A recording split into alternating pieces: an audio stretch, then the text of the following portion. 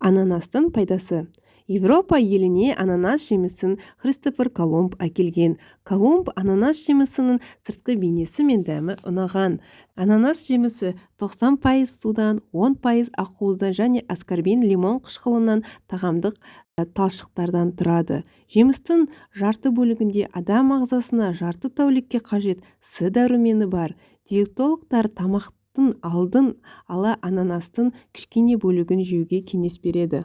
Ананас жемісі марганец, бал, йод, цинк, кальций, фосфор сияқты минералдармен бай. Ананас шырыны целлюлитке қарсы күресу үшін қолданылады. Ананас шырынының құрамында дәрумендер мен органикалық қышқылдар көп. Олар ағзаның әлсіреуінен, түрлі аурулардан құтқарады. Көздің көруін жақсартады. Қызыл ет пен тісіңізді қатайтады. Буын ауруларына көмектеседі. Жүрегіңізге де пайдалы. Жүрек, қан, тамыр ауруларынан алдын алу үшін анда-санда болса ананас жеп тұруыңыз қажет. Қан қысымын төмендетеді. Бұл жемісте калий бар. Ол гипертонияға қарсы күреседі. Сүйектеріңізді қатайтады. Ас қорыту жүйесін жақсартады. Ас қорыту мүшелерінің құрылысы мен қызметі бір қалыпта жұмыс істеу үшін ананас шырынын ішіңіз.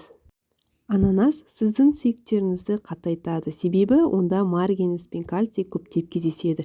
Бір стақан шырынның өзінде 73% марганец бар. Күнделікті мөлшерге жеткілікті. Ананас диетадағы ең жақсы көмекші. Оның құрамында калория жоқ. Ананасты емізетін ананың рационды қолдану сүті барлық қажетті заттармен байытады. Тамақ ауруы үшін ананас шырыны. Мұндай дәмді шырынның тамақ ауруын тез емдейтінін білу сізді қуантады. Дәмді және пайдалы тропикалық жемістерді балалар әрқашан жақсы көреді. Достар, пайдалы тағам арнасына тіркелуді ұмытпаңыздар.